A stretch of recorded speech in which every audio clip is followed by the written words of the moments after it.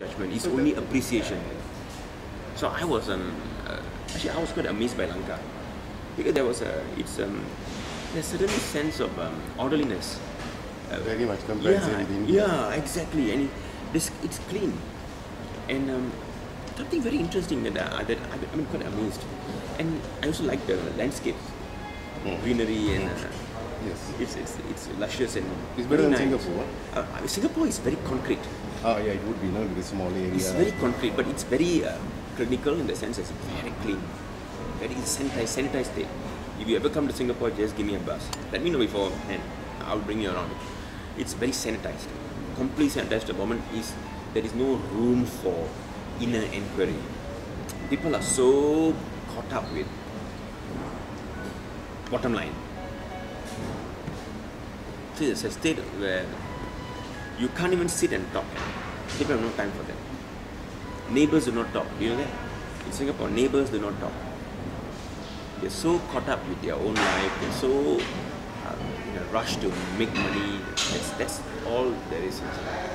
See, I'm one of the few who chose not to take that path. To me, like nothing is worth seeking except myself. That's my bottom line. So I don't get caught in the rat race, and what everyone else is caught in the rat race. I mean, the person who's caught up in the rat race is a rat. Pretty much, yeah. You know? Yeah, we just get caught up. So that's a lifestyle in Singapore. So I don't choose to conform, but yet I contribute. Yeah. I contribute to the country. As a citizen, I contribute. I pay my taxes. Everything is done. But apart from that, that's what I do. And Singapore is very much it's too sanitized. It's too clean, and people are caught up with this. But the opportunity for thinking is there because it's a very highly literate state. So people appeal to these non-dualistic teachings. You can see that because of the literacy is very high, they tend to grasp it far more quickly. I think you would have realized that because people are into an organized mind will find it easy to understand this. So the opportunities are there. And the government is okay with it? As long as it doesn't disturb the economy. That's how they look at it. But it's going to lead to a transformation of the economy. I don't know how the But you government see, will see transformation that happens gradually will not have resistance. that. Yeah, That is something that we have seen across cultures. You know? And it's gradual, we won't find resistance. But any government, I mean, at least resist is very radical. And we also have to present the change as in a positive light. So I don't say, capitalism is bullshit and you got to drop the whole thing. No, I say, look, fine, you're investing in this. Please also invest in that as well. Yeah. You see, That's true. Yeah, not displacing the other. Yeah. Maybe that's not as profitable as this, but look, that's going to be more important from an ecological point of view or something like that. In fact, I'm trying to locate a particular company in Singapore which is the area agent for certain water filters. You can let me know. I can. Yeah, I will send you the details. You can call them up and see. Because we have these floods developing all over because of this global warming thing. And when there's a flood, the first thing that goes is your drinking water. Right? And you can't, because the roads are gone, you're not going to get bouncers bringing your drinking water. Yeah. Then you're going to drink this mess and you're going to get sick. So if you have these little filters, it's about $200 a filter. You can filter any source of water. And fine. Forget about floods in Chennai, you can't drink the tap water. It's so bad now. 25 years when I was at work, the aquifer along the ECR was one of the purest sources of water. Today you cannot drink that water. You need a filter. Let me know how can. So we are trying to start a survival store, which is going to have things like this, and also survival technologies. Now I'm planning to go into the Western Ghats in South India to meet the people who live there, the tribes, and learn from them techniques of survival. Because in a situation where there's ecological crisis, some of those techniques of survival may come in very useful to those who are willing to learn it ahead of time. So we'll be having training courses which teach us do these little things, which may one day come in useful. Instead of going to the Boy Scouts, you come and learn something similar, but it's geared to survival, real life survival. interesting. Very good. So, what kind of spiritual activities do you conduct in your center? Well, I teach people how to make this entire shift from the dualistic thing to the non-dualistic thing. Just teaching, right? Just sharing with them. No, concrete exercises. Exercises, practices where they get engaged. Practical. Okay, very good. Exactly. Then, other I than keep the talking to a minimum because I keep telling them this is something you do, Yeah. not something that you talk about. okay. Good. But then, other than that, anything else? In the spiritual life, Yeah. Not much. More practices and getting them engaged. yeah, Very good. yeah. I don't go and put too much of emphasis on rituals and all. They distracts people again. What's your background from which you were brought up? I was actually born into a very conservative, not very conservative, somewhat liberal kind of Christian Christian family. background. Yeah, my ancestors came here to Sri Lanka about 4 generations ago from India, From India.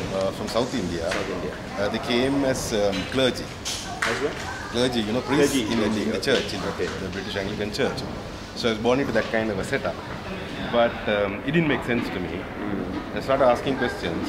How come? How can it be like this? And after a while, I began to find answers. And slowly began to diverge. And now I'm in a position where I can relate to anybody. It doesn't matter whether you're a Hindu or a Christian or a Buddhist or any damn thing. It doesn't make any difference to me. So it is quite an interesting place to be in.